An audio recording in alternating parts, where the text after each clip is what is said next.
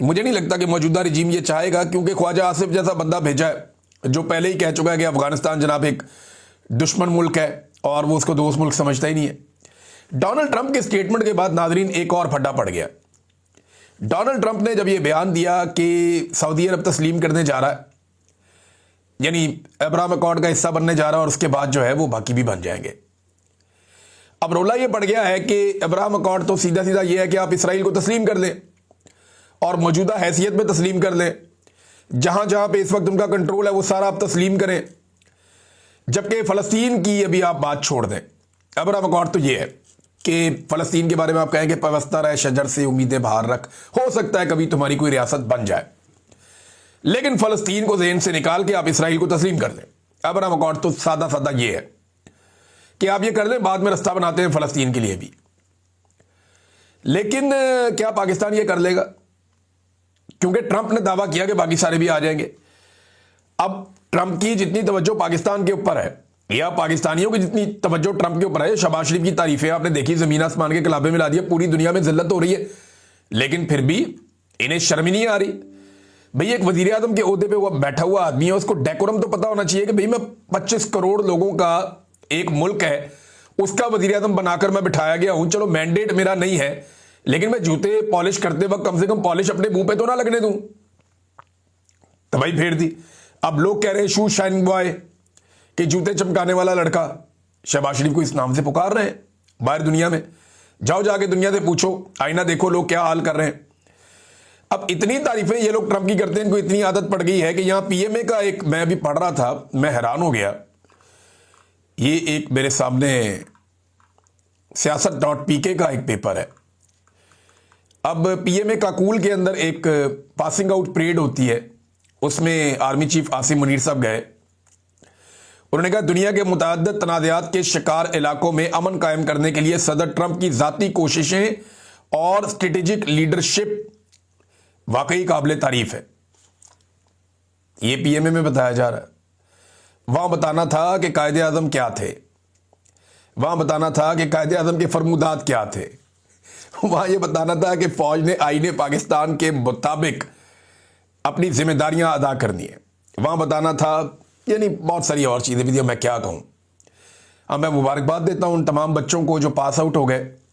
اللہ تعالیٰ آپ کو ایک بہترین مستقبل کی جانب لے کر جائے، آپ کی زندگیوں میں خوشیاں لے کر آئے اور بہت ساری برکتیں لے کر آئے۔ ایک بہت بڑی کامیابی ہے جو آپ کو ملی ہے، آپ پاکستان کا مستقبل ہیں، آپ نے اپنے جسم پہ یونیفارم پہنا، اور آپ کا جو حلف ہے وہ بھی میں سن رہا تھا، اس میں باقاعدہ حلف کے اندر ہے کہ آپ آئین کے مطابق ذمہ داریاں ادا کریں گے اور کسی قسم کی سیاست کے اندر کوئی کردار ادا نہیں کریں گے، نہ اس میں حصہ لیں گے۔ تو میں امید کرتا ہوں کہ جیسے کہ آپ سے پہلے لوگوں نے یہ سب کچھ کیا اور آج تک ہو رہا ہے، آپ یہ نہیں کریں گے اور پاکستان کو بہتر سمت جانے دیں گے اور نفرتوں کو کم کرنے میں کردار ادا کریں گے، بجائے اس کے کہ مزید نفرتوں کو آپ ہوا دیں۔ تو پی ایم اے سے پاس آؤٹ ہونے والے تمام نوجوانوں کو بہت بہت مبارکباد۔ جو کچھ ماضی میں ہوا، آپ لوگ سب میرے چھوٹے بھائیوں بچوں کی طرح ہیں، تو آپ سے گزارش ہے کہ آپ اس کا حصہ مت بنیے گا۔ کوشش کیجیے گا اپنی زندگی میں کہ جس مقصد کے لیے آپ نے اس فورس کو جوائن کیا، اسی مقصد کے اوپر چلیے گا۔ لوگ اپنے ذاتی لالچ کے لیے، اپنے ذاتی مفاد کے لیے کبھی مارشل لاء لگا دیتے ہیں، کبھی ڈکٹیٹر بن جاتے ہیں اناؤنس کر کے، کبھی ان اناؤنسڈ ڈکٹیٹر بن جاتے ہیں، ظلم جبر اور فسطائیت کے حصے دار بن جاتے ہیں۔ آدھا ملک ٹوٹ گیا بچوں۔ آپ لوگوں سے امید ہے کہ آپ لوگ وہ نہیں کریں گے، اور جو حلف آپ نے لیا ہے اللہ رب العزت کو حاضر ناظر جان کر، آپ اس حلف کی پاسداری کریں گے آخری وقت تک۔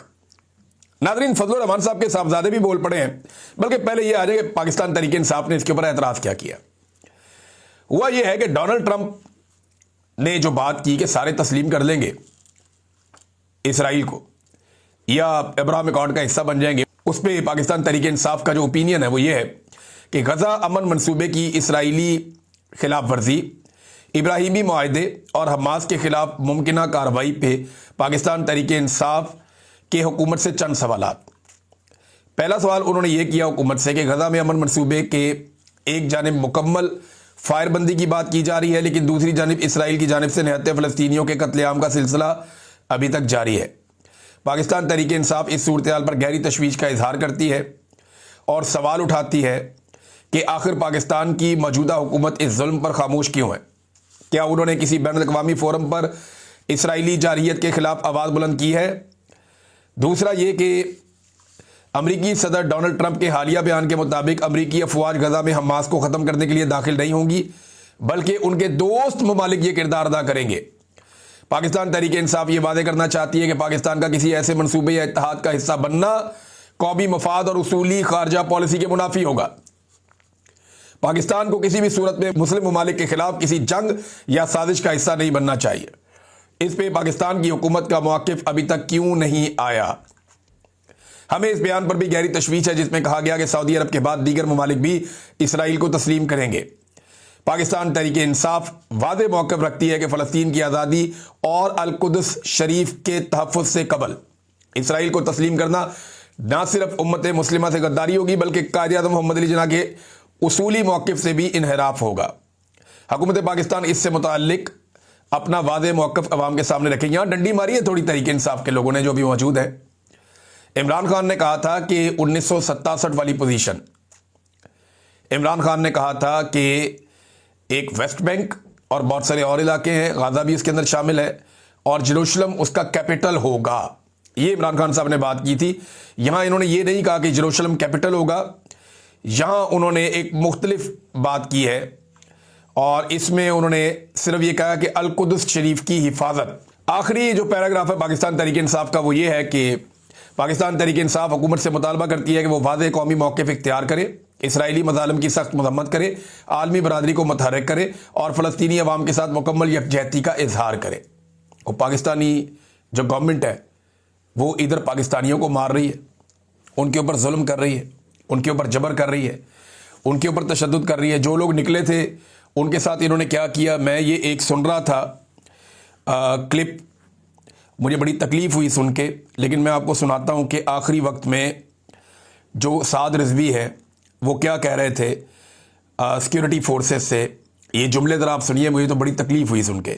پاکستان ہمارا ہے، ہم تم ہمارے بھائیوں جاؤ، واپس چلے جاؤ اور ان سے کہہ دو ہم گولی نہیں چلا سکتے، ہم ان کو نہیں مار سکتے، جاؤ، میں تمہیں اللہ کا واسطہ دیتا ہوں واپس چلے جاؤ، تمہیں میں رسول اللہ کا واسطہ دیتا ہوں واپس چلے جاؤ، میں تمہیں تمہاری حلالی ماؤں کا واسطہ دیتا ہوں واپس چلے جاؤ، اوے میں تمہیں تمہاری ماؤں کے دودھ کا واسطہ دیتا ہوں واپس چلے جاؤ، اور واپس چلے جاؤ، میں تمہیں تمہاری ماؤں کا دودھ کا واسطہ دیتا ہوں، ان 32 دھاروں کا واسطہ دیتا ہوں، واپس چلے جاؤ، گولی بند کر دو، واپس چلے جاؤ، اللہ تمہیں بڑی عزتیں دے گا، اللہ تمہیں بڑی جناب سرفرازیاں دے گا، اللہ تمہیں ہمیشہ جناب غزوہ ہند کے مجاہدوں میں بنائے گا، لیکن خدا کے لیے اپنی نسلوں کو برباد نہ کرو۔ تو آپ نے سنا کہ سعد رضوی صاحب کیسے ان کو واسطے دے رہے تھے، لیکن اس کے باوجود ابھی تک ان کا کوئی پتہ نہیں چل رہا۔ اب ٹی ایل پی کی خواتین کی گرفتاریاں بھی شروع کر دی گئی ہیں، یہاں میرے پاس کی تفصیل موجود ہے، اور چادر اور چار دیواری کا تقدس پامال کیا جا رہا ہے۔ علامہ عباس انجم صاحب کی اہلیہ کی گرفتاری ہوئی ہے، اور دھماکہ خیز مواد اور ہینڈ گرنیڈ سے حملہ کرنے کا بھی ان کے اوپر مقدمہ ڈال دیا گیا۔ جناب انہوں نے گرنیڈ مارے ہیں، یہ کوئی ٹی ٹی پی والے ہیں، اور یہ بارود والے نہیں، درود والے ہیں۔ آپ زبردستی ان کو اٹھا کے بارود والی سائڈ پہ لے کر جا رہے ہیں۔ میں پہلے بھی یہ بار بار کہتا رہا ہوں کہ دہشت گردوں کو تیار کرنے والی نرسری ہے پاکستان کی اسٹیبلشمنٹ۔ نہتے لوگوں کو اٹھا کر پہلے قتل عام کرتے ہیں، پھر ان کے اوپر بارود کے اور ہتھیاروں کے ڈھیر ڈال دیے جاتے ہیں، پھر انہیں زبردستی اس رستے پر چلایا جاتا ہے، اور بالآخر دہشت گرد تیار کر دیے جاتے ہیں۔ یہ تو بیچارے درود والے مولوی ہیں، تو بارود والے مولوی نہیں ہیں، ان کے اوپر اٹھا کے جو ہے وہ اب بارود ڈال دیا ہے۔ میری سمجھ سے باہر ہے، میری سمجھ سے باہر ہے۔ ان کو مشورے کون دیتا ہے اور یہ کس طرف لے کر جانا چاہتے ہیں پاکستان کو؟ انہوں نے دیکھا نا پہلے کہ کوئی تحریک لبیک کا ایکشن نہیں آ رہا، کوئی رد عمل نہیں آ رہا، تو انہوں نے کہا جی اب خواتین کو بھی اٹھاؤ۔ یہ نیکسٹ سٹیج کے اوپر آ گئے ہیں، دیکھتے ہیں کیا ہوتا ہے۔ بہرحال حالات یہ ہیں کہ شہباز شریف صاحب کے لیے تقریر کر رہے تھے اختیار ولی صاحب ہیں، ایک ان کے پی ایم ایل این کے خیبر پختونخوا میں، تو اسٹوڈنٹس کا ایک بہت بڑا اکٹھ تھا، وہاں پہ وہ بھی تھے، کچھ پی ٹی آئی کے جو رہنما ہیں وہ بھی تھے، باری باری سب نے خطاب کرنا تھا، تو یہ فٹافٹ خطاب کر کے نکل گئے۔ انہیں آئیڈیا تھا کہ بعد میں بہت دھلائی ہوگی، تو انہوں نے نا جس وقت یہ بات کی کہ ڈونلڈ ٹرمپ کسی کو منہ نہیں لگاتا، تو ڈونلڈ ٹرمپ نے جو ہے وہ مائک سیدھا کیا شہباز شریف کے لیے اور کہا جی آئیں آ کے بات کریں، تو اس طرح کی بات جب یہ کر رہے تھے نا تو طالبہ جو سامنے طالب علم موجود تھے ان سب نے شیم شیم کے نعرے لگانا شروع کر دیے. کتنی تکلیف والی بات ہے. دیکھیں پاکستان کا ایک عام نوجوان ایک طالب علم بھی محسوس کرتا ہے کہ وزیر اعظم نے ہماری ناک کٹوائی ہے, ہماری بہت بے عزتی کروائی ہے, جو غیر ضروری تھی وہ نہیں کرنا چاہیے تھا. اور مائک پر طلبہ کو کہا گیا کہ شور نہ مچائیں ورنہ آپ کو ہال سے باہر نکالا جائے گا یا آپ ہال سے باہر چلے جائیں. اس طرح پھر طلبہ کو روکنے کی کوشش کی گئی, لیکن طلبہ بہت غصے میں تھے. انہوں نے کہا یار یہ کیا بکواس ہے, ایک طرف تو ناک کٹوا کے آ گئے پاکستان کی 25 کروڑ عوام کی, اور اوپر سے آگے یہاں پہ تن کے کہہ رہے ہو کہ جناب ٹرمپ کسی کو منہ نہیں لگاتا, مائک سیدھا کیا اور اس نے شہباز شریف کو کہا کہ آ کر بات کریں, اور بعد میں کہا اب اس سے زیادہ میں کیا بات کروں. بھائی شہباز شریف نے جو کیا وہ بھی بتاؤ نا, یعنی پوری کی پوری پالیسی ختم کر دی 28 سیکنڈ کے اندر, تباہی بربادی پھیر دی شہباز شریف نے. ہم نے تو کبھی دیکھا ہی نہیں. فضل الرحمان صاحب کے بعد ان کا بیٹا بھی میدان میں آ گیا ناظرین, اور ان کا بیٹا اب ایک تقریر کر رہا تھا, میں سن رہا تھا, اسد. اس نے کہا جناب کہ یہاں فوج کی حکومت ہے, یہاں اسٹیبلشمنٹ کی حکومت ہے, یہاں سیکٹر کمانڈر کی حکومت ہے, یہاں کور کمانڈر کی حکومت ہے, تم جمعیت علماء اسلام کو مرعوب نہیں کر سکتے. اب کیونکہ 27ویں آئینی ترمیم ہونے جا رہی ہے تو فضل الرحمان صاحب کو تو یہ پتا ہے کہ ان کے بغیر بھی ہو جائے گی. اب رولا کوئی نہیں ہے. اب انہوں نے اپنے نمبر پورے کر لیے, مخصوص نشستیں انہوں نے اپنے کھاتے میں ڈال لی ہوئی ہیں. 26ویں آئینی ترمیم میں جو فضل الرحمان صاحب نے سہولت کاری کی, اس کے نتیجے میں نئے بننے والی عدالت نے جو کام کیے, کارنامے کیے, ان میں ایک تو یہ ہے کہ فوجی عدالتوں کو یا ان کے فیصلوں کو انہوں نے جائز قرار دے دیا, جو تاریخ میں کبھی نہیں ہوتا, دنیا میں نہیں ہوتا. سویلین کے فوجی ٹرائل ان کا ٹھیک ہے کرو ان کے. دوسرا جو ایک بڑا کارنامہ کیا, انہوں نے مخصوص نشستیں مال غنیمت کی طرح بانٹ دی. فضل الرحمان صاحب کو بھی ملی, باقیوں کو بھی ملی. اب جو باقیوں کو ملی تو انہیں ضرورت نہیں ہے فضل الرحمان صاحب کے آگے بھیک مانگنے کی. اب وہ آگے ملاقاتیں نہیں کریں گے, جب چاہیں گے وہ 27ویں آئینی ترمیم کر لیں گے, اور اس کا ڈرافٹ وہ بنا رہے ہیں. وہ ایک خوفناک آئینی ترمیم ہے. اگر پاکستان میں کچھ بچ گیا ہے تو وہ سارا بھی اب ڈوبنے والا ہے, اور جو کچھ پاکستان میں بچا ہے اس سارے کو بھی اب سائڈ پہ کر دیا جائے گا. ناظرین ایک اور چیز ہے, رانا ثناء اللہ صاحب نے یہ تسلیم کر لیا ہے کہ وزیر اعظم کے پاس عمران خان سے ملاقات کروانے کا اختیار نہیں ہے. یعنی وزیر اعظم کے پاس نہیں ہوتا جی, یہ تو سپرنٹینڈنٹ آف جیل کے پاس ہوتا ہے, اور سپرنٹینڈنٹ آف جیل کوئی امریکہ میں ہے یا برطانیہ میں ہے, اور بھائی وہ پاکستان کے اندر ہے, وہ انڈر گورنمنٹ کے کام کرتا ہے.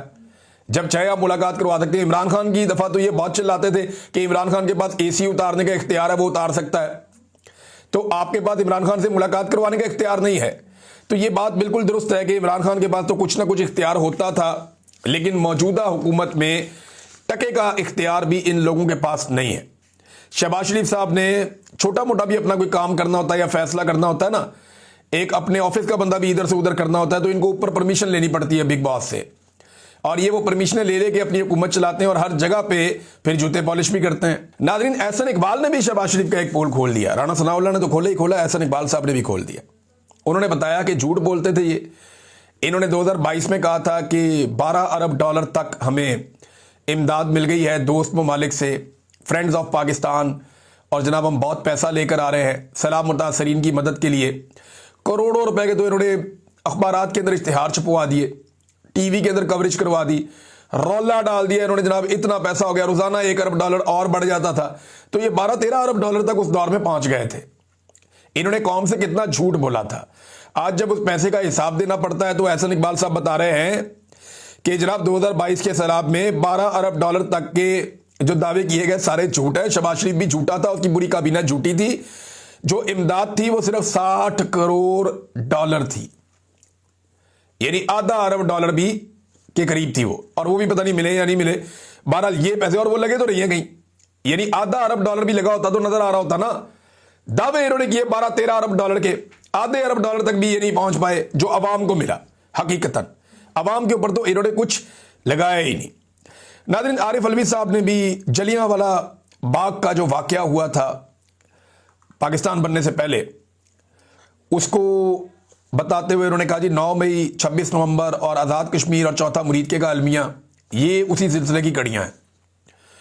اور ان چیزوں کو جوڑ کر انہوں نے دیکھا, انہوں نے کہا جی انگریز تو چلا گیا ہے, اور ظلم و جبر کے طریقوں پر اگر نگاہ ڈالی جائے تو یوں لگتا ہے کہ وہ اپنے بعد ایسے شاگرد چھوڑ گیا ہے جو ان سے بھی آگے نکل گئے. یہ 4 واقعات ابھی عاصم منیر صاحب کے دور میں ہوئے ہیں اوپر نیچے پاکستان میں، اور چاروں واقعات کے اندر میسکر ہوا ہے، یعنی انسانوں کا قتل عام ہوا ہے۔ بڑی لمبی ٹویٹ ہے عارف الوی صاحب کی، آپ اسے پڑھیں گے تو آپ کو بہت کچھ سمجھنے کا اور سیکھنے کا موقع ملے گا، لیکن ایکچوئل جو اس کی بنیاد ہے وہ یہی ہے جو میں نے آپ کے سامنے رکھ دی ہے۔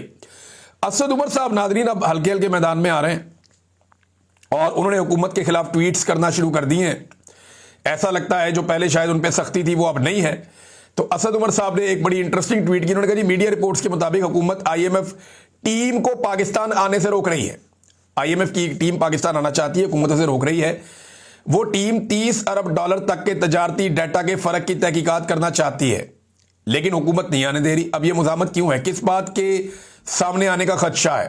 ایک آزادانہ تحقیقات کس کی چوری کو بے نقاب کرے گی؟ یہ پاکستان کے اندر انہوں نے ناظرین حالات پیدا کر دیے، بیڑا غرق کر دیا انہوں نے اکانومی کا۔ اور جن کے گھروں پہ چھاپے مارتے ہیں نا، یعنی ایک ایکٹیوسٹ ہے، میں دیکھ رہا تھا، عدنان اس کا نام ہے، سردار عدنان گجرانوالہ سے، اس کے گھر پہ چھاپا مارا کہ اس کو پکڑ کے لانا ہے۔